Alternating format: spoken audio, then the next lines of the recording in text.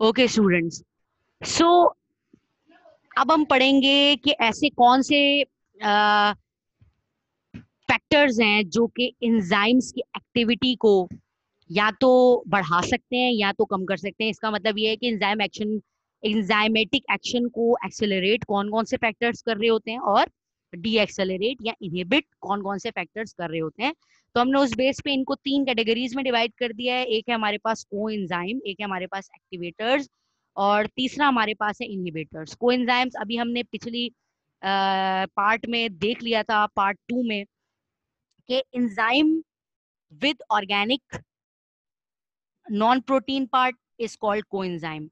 तो अगर एक एंजाइम है और उसके साथ उसका जो नॉन प्रोटीन ऑर्गेनिक मॉलिक्यूल है वो है ही नहीं, तो एंजाइम काम नहीं करता। कहने का मतलब ये विदाउट कोएंजाइम फंक्शन परफॉर्म नहीं होगा।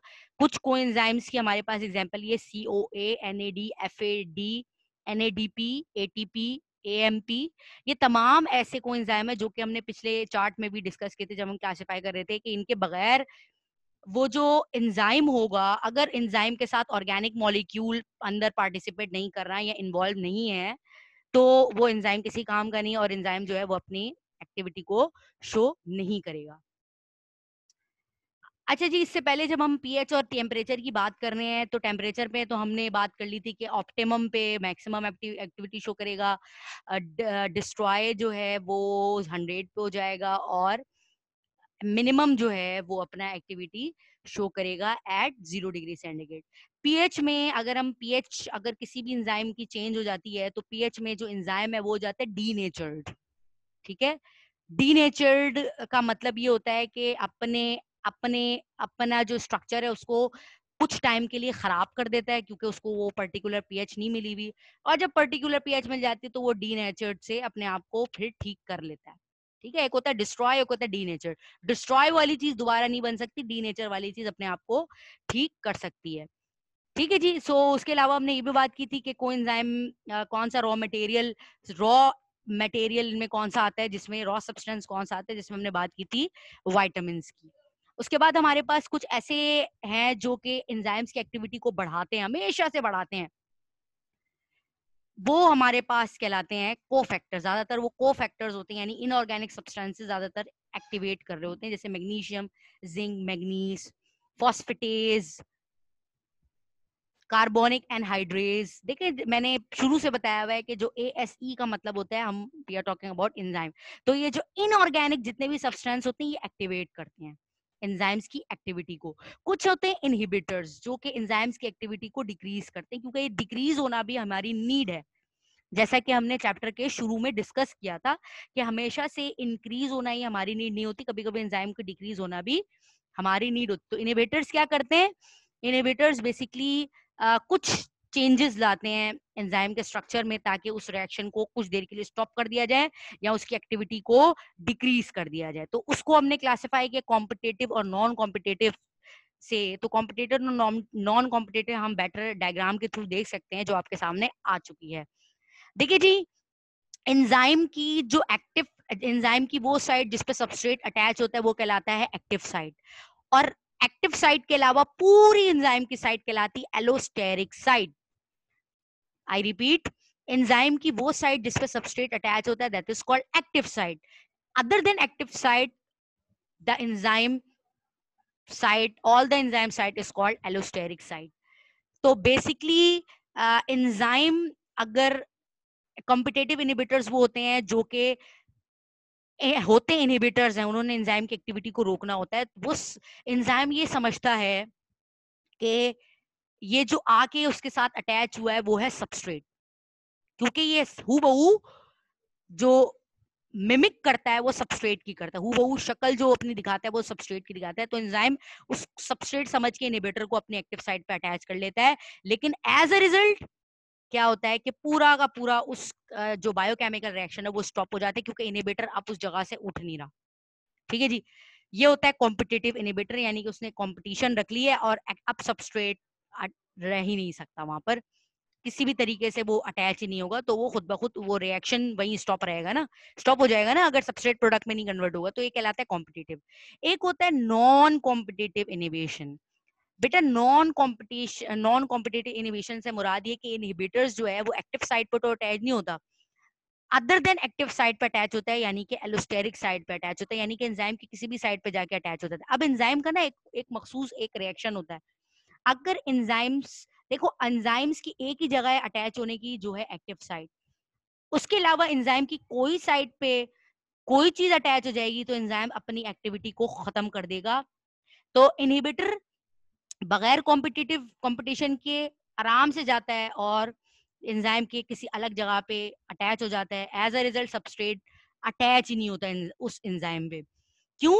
क्योंकि इनहिबिटर्स ने पहले उसको एंजाइम के साथ अटैच होके बाइंड होके एंजाइम्स इनहिबिटर मॉलिक्यूल ने एंजाइम्स के साथ बाइंड होके उस एंजाइम के कैटालिटिक एक्टिविटी को ही खत्म कर दिया। ठीक है जी। सो इसको हम कहते हैं एलोस्टेरिक इनहिबिटर्स। वो इनहिबिटर का मॉलिक्यूल जो एलोस्टेरिक साइड पे आके अटैच होता है, that is called allosteric inhibitor. ठीक है जी। सो ये हमारे पास था एक्ट कॉम्पिटिटिव और नॉन कॉम्पिटिटिव। तो पेपर में ये सवाल लगता है none other than active site the other than active site the structure of enzyme is called, आप बोलेंगे एलोस्टेरिक साइट। ठीक है जी। तो हमने दो तीन चीजें क्लियर कर ली। एक्टिव साइट हमें पता है कौन सा साइट है, कैटालिटिक साइट हमें पता है कौन सा साइट है, बाइंडिंग साइट, बाइंडिंग साइट हमें पता है वो उस जगह जहाँ पे वो आके अटैच हो रहा है। ठीक है, उसे हम कहते हैं binding site. Allosteric site other than active site is called allosteric site.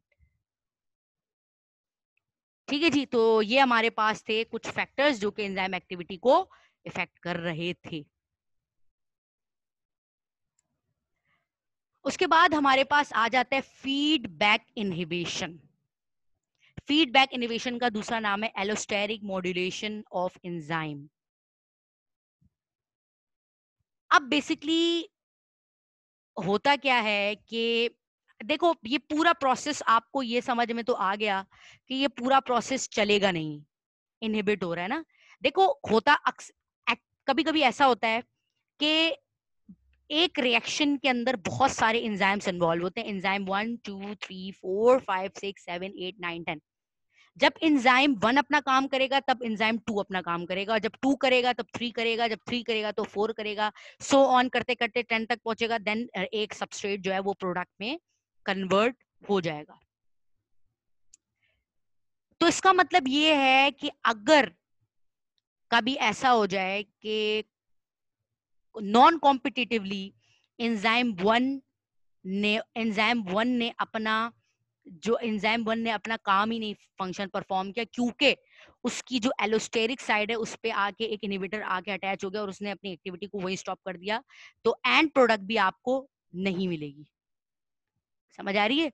तो एक एंजाइम एक्टिविटी अगर डिस्ट्रॉय हुई, डिस्टर्ब हुई, तो एंड तक वो अगर उसको इफेक्ट करे, that is called feedback inhibition और एलोस्टेरिक मॉड्यूलेशन ऑफ एंजाइम।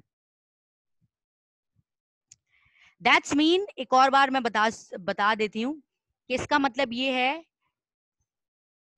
कि ये पूरा पाथवे है जिसमें हर एंजाइम की अपनी एलोस्टेरिक साइड है, अपनी एक्टिवेटेड साइड है। तो जो इनहिबिटर था वो एंजाइम बीच में से किसी भी एक एंजाइम के दरमियान में आके अटैच हो गया या पहले पे ही अटैच हो गया। तो जब पहले पे ही एलोस्टेरिक साइड पे इनहिबिटर आके लगा हुआ है तो प्रोडक्ट ए जो है वो प्रोडक्ट बी में कन्वर्ट नहीं होगा, और प्रोडक्ट बी प्रोडक्ट सी में कन्वर्ट नहीं होगा, सी डी में कन्वर्ट नहीं होगा। और अगर सी डी में कन्वर्ट नहीं होगा तो इसका मतलब आपको ई प्रोडक्ट नहीं मिलेगा। तो सबस्ट्रेट एंड प्रोडक्ट के दरमियान 3-4 एंजाइम हो तो ये प्रॉब्लम आ जाती है कि एक भी एंजाइम स्टॉप नहीं होना चाहिए बिकॉज ऑफ एनी इनहिबिटर्स। अब आपकी बुक के अंदर एक एग्जांपल भी है कि थ्रियोसिन जो है वो सबस्ट्रेट है वो आइसोल्यूसिन में कन्वर्ट होता है, और उसके अंदर जो है जो एंजाइम्स इन्वॉल्व हैं वो हमारे पास 5 एंजाइम्स इन्वॉल्व हैं। एंजाइम 1 2 3 4 5। तो अगर इनमें से कोई भी एक इनहिबिट हो जाता है तो वो एंड प्रोडक्ट में कन्वर्ट नहीं होगा और रिएक्शन पाथवे को वहीं वहीं शट डाउन कर देगा। and no more product will be formed, right? तो ये हमारे पास जो था वो था फीडबैक इनिबिशन से रिलेटेड। फीडबैक इनिबिशन में हमारे पास एक और टर्मिनोलॉजी होती है, एक और टर्मिनोलॉजी आती है जिसे हम कहते हैं नेगेटिव फीडबैक। नेगेटिव फीडबैक का मतलब ये है कि अगर एक बायोलॉजिकल रिएक्शन में प्रोडक्ट बहुत ज्यादा है, ऑलरेडी प्रोडक्ट बहुत ज्यादा है, यानी कि आप लेट सपोज करें कि आइसोल्यूसिन ऑलरेडी बहुत ज्यादा है, आइसोल्यूसिन ऑलरेडी बहुत ज्यादा है, तो हमारी बॉडी खुद चाहेगी कि ये जो इतने सारे एंजाइम है ना, इनमें से कोई एक इनहिबिट हो जाए ताकि प्रोडक्ट ज्यादा ना मिल सके, क्योंकि अभी हमें और प्रोडक्ट की जरूरत नहीं है। तो तब भी ये हमारी बॉडी को सही करने के लिए भी ये मैकेनिज्म होता है जिसे हम कहते हैं नेगेटिव फीडबैक, जो कि हमारी बॉडी के लिए अच्छा होता है, ऑपोजिट काम करता है, उससे प्रोडक्ट नहीं चाहिए। इसकी मिसाल इसी एक और एग्जांपल ऐसी है कि जैसे ग्रोथ हार्मोन है, आपको पता है अगर ग्रोथ हार्मोन की ओवर प्रोडक्शन हो जाए, उस हार्मोन की ओवर प्रोडक्शन हो जाए तो वो एबनॉर्मल कंडीशन होती है। तो दैट्स वाई हमारी बॉडी के अंदर एक ऑप्टिमम अमाउंट होती है, ऑप्टिमम अमाउंट को बरकरार ही फीडबैक रखता है, ऑप्टिमम अमाउंट को मेंटेन ही फीडबैक रखता है, उसको उस रिएक्शन को इनहिबिट करके, ताकि वो मजीद प्रोडक्ट्स ना बनाए। क्योंकि अगर प्रोडक्ट मजीद बनेगी तो पूरे बॉडी के मैकेनिज्म को चेंज करेगा और एज अ रिजल्ट बॉडी जो है वो हमारे पास एबनॉर्मल कंडीशन में आ सकती है। उसके अलावा हमारे पास दो और पीएच और सबस्ट्रेट कंसंट्रेशन इनहिबिटर एक्टिवेटर के अलावा दो और है जिसमें हमारे पास है वाटर और रेडिएशन।